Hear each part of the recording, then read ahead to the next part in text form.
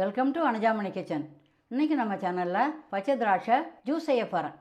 பச்சை திராட்சை ஜூஸ் செய்ய தேவையான பொருட்கள்: பச்சை திராட்சை ஜூஸ் செய்ய அரை கண்ணம் சர்க்கரை வச்சுருக்கேன், ஒரு சிட்டிகை உப்பு வச்சுருக்கேன், கொஞ்சம் ஐஸ் கட்டி வச்சுருக்கேன்.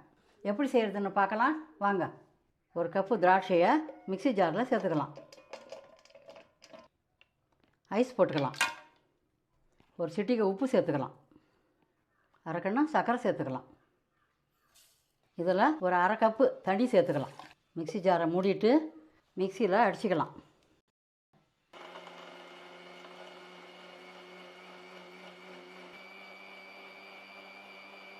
அரைச்சது போதும், வடிகட்டிக்கலாம்.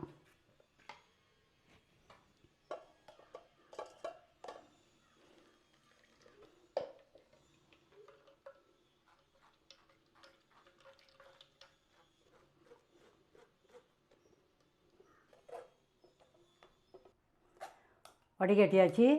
இப்போ கிளாஸுக்கு ட்ரான்ஸ்ஃபர் பண்ணிக்கலாம். கோடைக்கேற்ற பச்சை திராட்சை ஜூஸ் ரெடி ஆகிடுது. நீங்களும் இது போல் குழந்தைங்களுக்கு செய்து கொடுங்க. குழந்தைங்க சந்தோஷமாக சாப்பிடுவாங்க. இந்த வீடியோ உங்களுக்கு பிடிச்சிருந்தா லைக் பண்ணுங்கள், கமெண்ட் பண்ணுங்கள், ஷேர் பண்ணுங்கள். சில்லுன்னு பச்சை திராட்சை ஜூஸ் குடித்து என்ஜாய் பண்ணுங்கள். தேங்க்யூ.